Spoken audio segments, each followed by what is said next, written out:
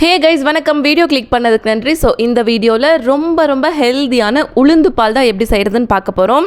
இது நம்ம கட் ஹெல்த்துக்கும் சரி எலும்புக்கும் சரி ரொம்ப நல்லது. இந்த பால் குழந்தைங்களுக்கும் ரொம்ப ஹெல்தி. ஸோ இந்த வீடியோ உங்களுக்கு கண்டிப்பாக யூஸ்ஃபுல்லாக இருக்கும்னு நினைக்கிறேன். எந்த டிலேவுமே இல்லாமல் டைரெக்டாக வீடியோக்குள்ளே போயிடலாம்.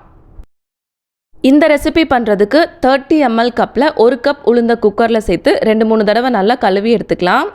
ஆக்சுவலாக இந்த சின்ன கப்பில் நம்ம உளுந்து எடுத்தாலே நமக்கு 4லிருந்து 5 டம்ளர் உளுந்து பால் கிடைக்கும். இப்போ நம்ம எந்த கப்பில் உளுந்து அளவெடுத்தமோ அதே கப்பில் 1 கப் உளுந்துக்கு 8 கப் தண்ணி அப்படின்னு குக்கரில் சேர்த்து 4 விசிலுக்கு குக் பண்ணி எடுக்கணும். ஒருவேளை நீங்கள் இந்த வெள்ளை உளுந்து இல்லாமல் கருப்பு பொட்டு உளுந்து எடுத்தீங்க அப்படின்னா 8 விசிலுக்கு குக் பண்ணிக்கோங்க, நல்லா வெந்துடும்.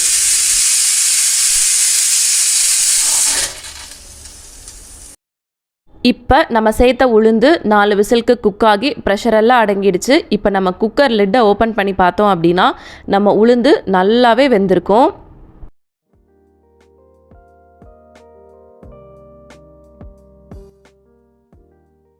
இப்போ நம்ம ஒரு உளுந்து எடுத்து நசுக்கி பார்த்தோம் அப்படின்னா அது ஈஸியாக மேஷ் ஆயிடணும். அப்படி இருந்தால் நம்ம உளுந்து நல்லா வெந்துருச்சு அப்படின்னு அர்த்தம். இப்போ உளுந்து வேக வச்ச அந்த தண்ணியை தனியாக எடுத்து வச்சுட்டு அந்த உளுந்தை மட்டும் ஒரு மிக்சி ஜாரில் மாற்றி கொஞ்சமாக தண்ணி விட்டு நல்லா நைஸாக பேஸ்ட் மாதிரி அரைச்சி எடுத்துக்கலாம். இந்த அளவுக்கு நல்லா சாஃப்ட் அண்ட் நைஸாக அரைச்சி எடுத்துருக்கணும். கொஞ்சம் கூட தருத்தருனே இருக்கக்கூடாது. எவ்வளோ நைஸாக அரைக்க முடியுமோ அவ்வளோ நைஸாக அரைச்சி எடுத்துக்கணும். இப்போ நம்ம அரைச்ச உளுந்தை இன்னொரு பாத்திரத்தில் மாற்றிட்டு ஒரு தடவை நல்லா மிக்ஸ் பண்ணி விட்டதுக்கப்புறமா அந்த உளுந்து வேக வச்ச தண்ணி இருக்குல்ல அந்த தண்ணியும் உள்ளே சேர்த்துட்டு இன்னொரு தடவை நல்லா மிக்ஸ் பண்ணி விட்டுக்கலாம்.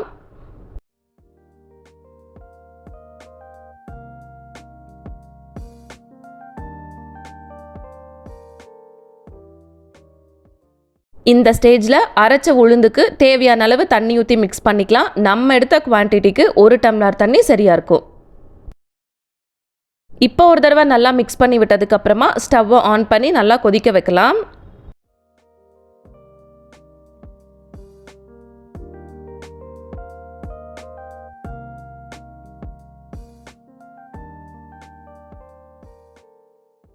ஒரு 3லிருந்து 4 நிமிஷத்துக்குள்ளேயே இது நல்லா கொதிச்சு இந்த மாதிரி பொங்கி வரும். இந்த ஸ்டேஜில் அடுப்பை சிம்மில் வச்சு ஒரு தடவை நல்லா மிக்ஸ் பண்ணி விட்டதுக்கப்புறமா 1 டம்ளர் பால் உள்ளே சேர்த்து நல்லா கொதிக்க விடணும்.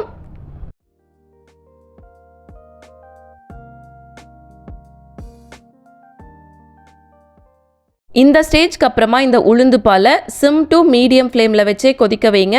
ஹை ஸ்பீடில் வச்சிட்டிங்க அப்படின்னா சீக்கிரமாக பொங்கி கீழே வழிஞ்சிரும். இப்போ 1/4 டேபிள் ஸ்பூன் கல்லுப்பு சேர்த்து ஒரு தடவை நல்லா மிக்ஸ் பண்ணி விட்டதுக்கப்புறமா இந்த உளுந்தோட பச்சை வாசனை போகிற அளவுக்கு நல்லா கொதிக்க வைக்கணும்.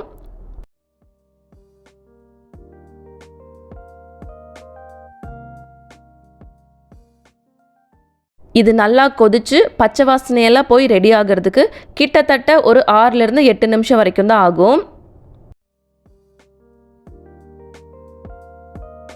இப்போது அப்ராக்சிமேட்டாக ஒரு 8 நிமிஷத்துக்கு அப்புறமா ஒரு தடவை நல்லா மிக்ஸ் பண்ணி விட்டுட்டு இந்த உளுந்து பால் நல்லா கொதிச்சு பச்சை வாசனையெல்லாம் போயிடுச்சா அது போக உப்பு இருக்கான்னு டேஸ்ட் பார்த்துட்டு தேவைப்பட்டால் இன்னும் கொஞ்சம் உப்பு சேர்த்து ஒரு தடவை நல்லா மிக்ஸ் பண்ணி விட்டுக்கலாம். அவ்வளோதான். ஒரு 10 நிமிஷத்துக்குள்ளேயே இந்த உளுந்து பால் நல்லா சூப்பராக ரெடி ஆகிடுச்சு. ஆக்சுவலாக உங்கள் வீட்டில் கிட்ஸ் இருந்தாலும் சரி ரொம்ப வயசானவங்க இருந்தாலும் சரி இந்த பாலை டெய்லி எடுத்துக்கலாம். ரொம்ப நல்லது. டீ போடுறத விட ஒரு 5 நிமிஷம் தான் அது எக்ஸ்ட்ரா எடுத்துக்கும். ஆனால் ரொம்ப ஹெல்த் பெனிஃபிட்ஸ் இருக்கக்கூடியது.